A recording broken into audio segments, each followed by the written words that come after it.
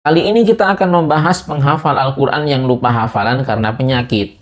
Siapapun manusia pasti pernah sakit, baik itu sakit yang ringan maupun yang berat.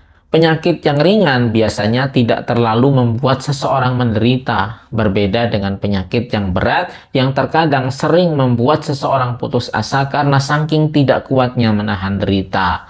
Penyakit ini sendiri sebenarnya bisa saja merupakan salah satu bentuk kasih sayang Allah terhadap hambanya. Dengan adanya rasa sakit itulah kemudian tidak sedikit mereka yang akhirnya sadar bahwa nikmat sehat itu benar-benar harus disyukuri, diisi dengan sesuatu yang bermanfaat yang membuat Allah ridho. Sakit yang diderita oleh seorang hamba sendiri juga merupakan salah satu cara Allah untuk menghapuskan dosa-dosa dan kesalahannya.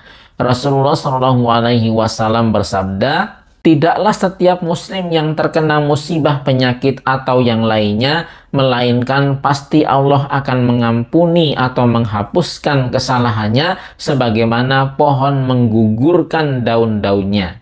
Ketika seseorang ditimpa suatu penyakit, terkadang dia tidak bisa melakukan banyak hal yang biasanya dilakukan ketika sehat. Jika misalnya ketika sehat seseorang rajin sholat malam, namun ketika sakit, jangankan untuk sholat, untuk berdiri, bahkan berjalan untuk mengambil air wudhu pun kesulitan.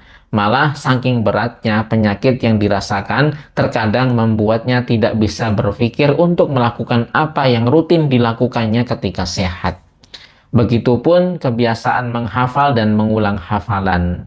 Walaupun memang ada yang masih tetap mampu mengulang-ulang hafalannya meski dalam keadaan sakit, tetapi banyak juga yang tidak sanggup kecuali hanya bisa meringis menahan rasa sakit.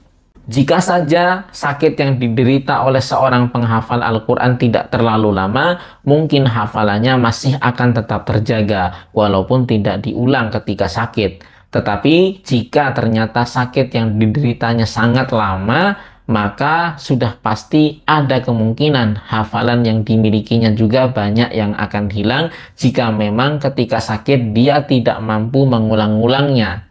Tentu, siapapun penghafal Al-Quran tidak ingin hafalannya hilang begitu saja, walaupun apapun yang menjadi penyebabnya. Jika Anda penghafal Al-Quran yang sedang tertimpa penyakit, tidak ada nasihat yang paling pantas untuk Anda selain nasihat agar Anda bersabar dalam menghadapinya. Selain tentunya, Anda juga harus tetap berusaha untuk mengobatinya agar benar-benar sembuh. Jika di masa sehat Anda benar-benar istiqomah menghafal dan mengulang-ulang hafalan Al-Quran, maka insya Allah pahala menghafal dan mengulang-ulang hafalan Al-Quran pun akan tetap didapatkan. Rasulullah Shallallahu Alaihi Wasallam bersabda, apabila seorang hamba sakit atau sedang melakukan safar, maka Allah akan menuliskan baginya pahala seperti saat dia melakukan ibadah di masa sehat dan dalam keadaan bermukim. Jika memang dalam keadaan sakit tersebut Anda masih bisa mengulang-ulang hafalan atau hanya sekedar membaca melalui mushaf, maka lakukanlah, sebab Al-Quran sendiri adalah obat, bukan hanya untuk rohani tetapi juga untuk jasmani. Jika mengobati penyakit rohani yang sebenarnya lebih berbahaya karena menyebabkan penderitaan abadi di akhirat saja mampu, maka tentu dia lebih mampu lagi jika hanya menyembuhkan penyakit jasmani.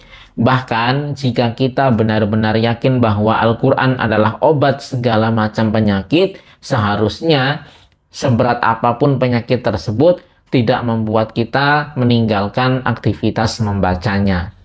Sementara untuk Anda yang saat ini masih sehat, maka jangan sekali-kali keadaan sehat tersebut membuat Anda lalai dalam memanfaatkannya dengan sebaik-baiknya.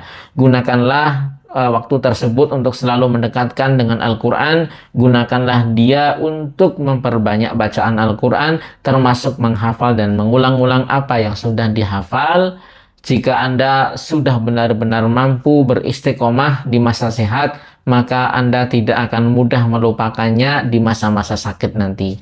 Rasulullah Shallallahu Alaihi Wasallam mengingatkan kita semua, ada dua nikmat yang sering terlupakan oleh banyak orang, yaitu nikmat sehat dan waktu luang.